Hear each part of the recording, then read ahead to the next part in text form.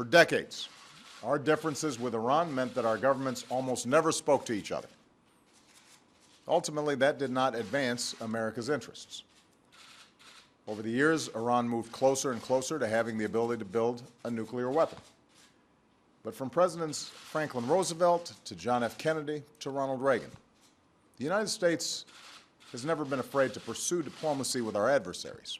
And as president, I decided that a strong, confident America could advance our national security by engaging directly with the Iranian government. We've seen the results. Under the nuclear deal that we, our allies and partners, reached with Iran last year, Iran will not get its hands on a nuclear bomb. The region, the United States, and the world will be more secure. As I've said many times, the nuclear deal was never intended to resolve all of our differences with Iran, but still, engaging directly with the Iranian government on a sustained basis for the first time in decades has created a unique opportunity, a window, to try to resolve important issues. And today I can report progress on a number of fronts. First, yesterday marked a milestone in preventing Iran from obtaining a nuclear weapon. Iran has now fulfilled key commitments under the nuclear deal.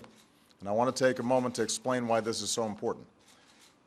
Over more than a decade, Iran had moved ahead with its nuclear program, and before the deal, it had installed nearly 20,000 centrifuges that could enrich uranium for a nuclear bomb. Today, Iran has removed 2/3 of those machines. Before the deal, Iran was steadily increasing its stockpile of enriched uranium, enough for up to 10 nuclear bombs.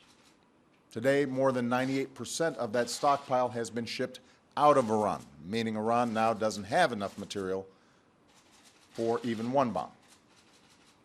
Before, Iran was nearing completion of a new reactor capable of producing plutonium for a bomb. Today, the core of that reactor has been pulled out and filled with concrete, so it cannot be used again.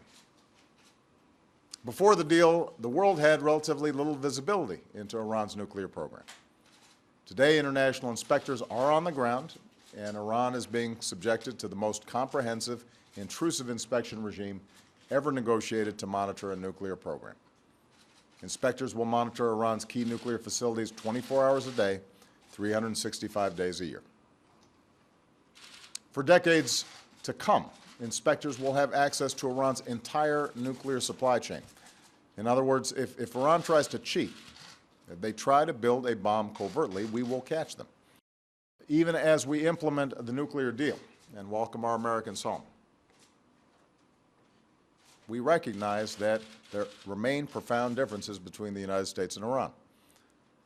We remain steadfast in opposing Iran's destabilizing behavior elsewhere, including its threats against Israel and our Gulf partners, and its support for violent proxies in places like Syria and Yemen. We still have sanctions on Iran for its violations of human rights, for its support of terrorism, and for its ballistic missile program, and we will continue to enforce these sanctions vigorously. Iran's recent missile test, for example, was a violation of its international obligations. And as a result, the United States is imposing sanctions on individuals and companies working to advance Iran's ballistic missile program, and we are going to remain vigilant about it.